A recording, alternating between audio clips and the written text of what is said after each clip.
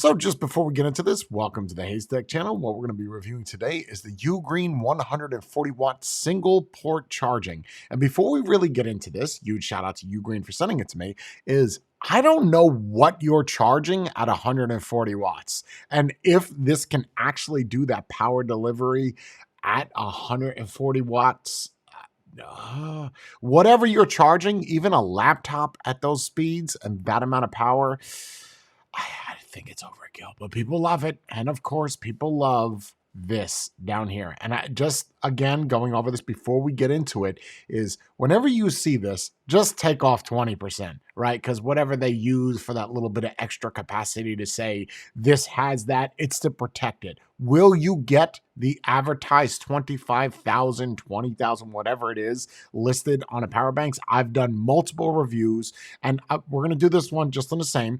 I run a test on this where we charge it 100% and we'll run it down to see what it is at the nominal 3.7 or 4 volts, as if you were to charge something like it was completely dead, if you'll actually get close to that. Just again, before you get into it, don't expect you to get 25. What I'm expecting out of this is anywhere between 17 to maybe 18,000, and that's pushing it. So let's talk about it. $99.99 is the price point. UGREEN is a pretty big company. A lot of people have heard of them before.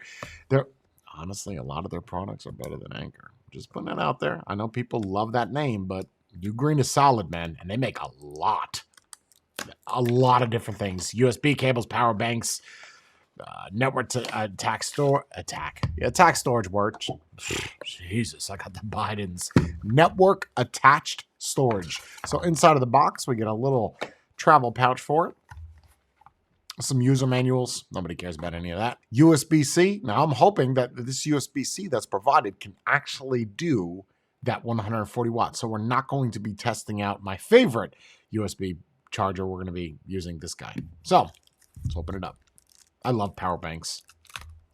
You know, I live in a house like most people, and I have electrical sockets like most people, but for some reason, I just have the need for speed.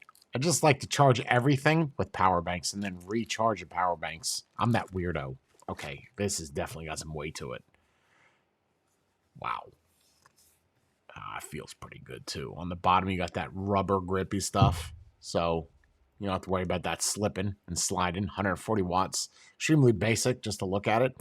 On the front here, what we have is your in and out at 140 watts. Now, the way that I understand this without going through the manual is you could do 100 watts and then 40 over here, but all three of them combined cannot do 140 watts. It's weird. But then again, I don't know many people that are using USB-As. You can, a little outdated, but you're probably just going to use the two.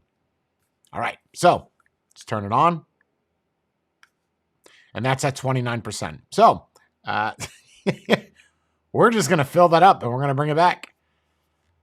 And what we're going to be using, though, to fill this up, you're going to love this, is the UGREEN, I think it's the 340 watt NAND charger. Let's do this before we get into it. I want to see what kind of power it is allowing me to charge at with the 300 NAND charger or 340. Keep in mind, whenever you see people use these, this is not going to be entirely accurate, right? You're going to get a little bit of a voltage drop from here to the actual source. So it's going to be nominal though. So we'll just do this. Let's see what that charge is at. It's charging at 20 volts. Jesus. 62 watts. Now, the cable that is in here actually can do 100 watts. 62, just for their reasoning alone, I'm going to try to use their cable, but I don't see it being any different. Nope, it's the same. One thing you don't see a lot of in power banks is the use of pass-through charging, meaning that you can charge this while using the other USB. What we're going to do is we're going to let this finish charging up and we'll bring it back. We're going to do a draw on this and see how much we can actually get out of that MAH. This just gives you a rough estimation as to how much MAH is in it. Is it truly 25,000? Absolutely not. Even if you ran this in optimal settings at 3.7, whatever that wattage would be, you'd probably get 70, probably 75, 80 watt hours, which makes it about 10 to 20 shy, maybe 15 shy, if you're on a lucky day, of what the MAH is on this. So you'll see that this is at 0%, 4 hours and 9 minutes, 14,000, essentially 15,000 mAh at 70 watt hours. So let me give you my final thoughts. You're probably saying to yourself, 25,000 mAh, why didn't it get to that? Usually they never do. Matter of fact, I've never done any power bank that actually says what's listed on there. What I usually test is the watt hours, and you'll see the way that I tested that. I did put it to the test as much as possible at 17 watt drain, and it rounded off at 15,000. I was expecting 17.5 at minimum. So all in all, it's not a bad device. It's extremely solid. I was able to charge an M3 MacBook all the way to 100% and about 15% of a fully dead iPhone 14. So that gives you an idea of what you could charge with this. It's solid for what it is. I was just expecting to get really at that 17.5, but all in all, it's extremely easy to use. For these, you could do 100, 45, or 145 together with these two, or you could do 65 by itself, and I think it's 120 with all three of these, which is a little bit weird, but then again, I don't know many people that use the USB-A.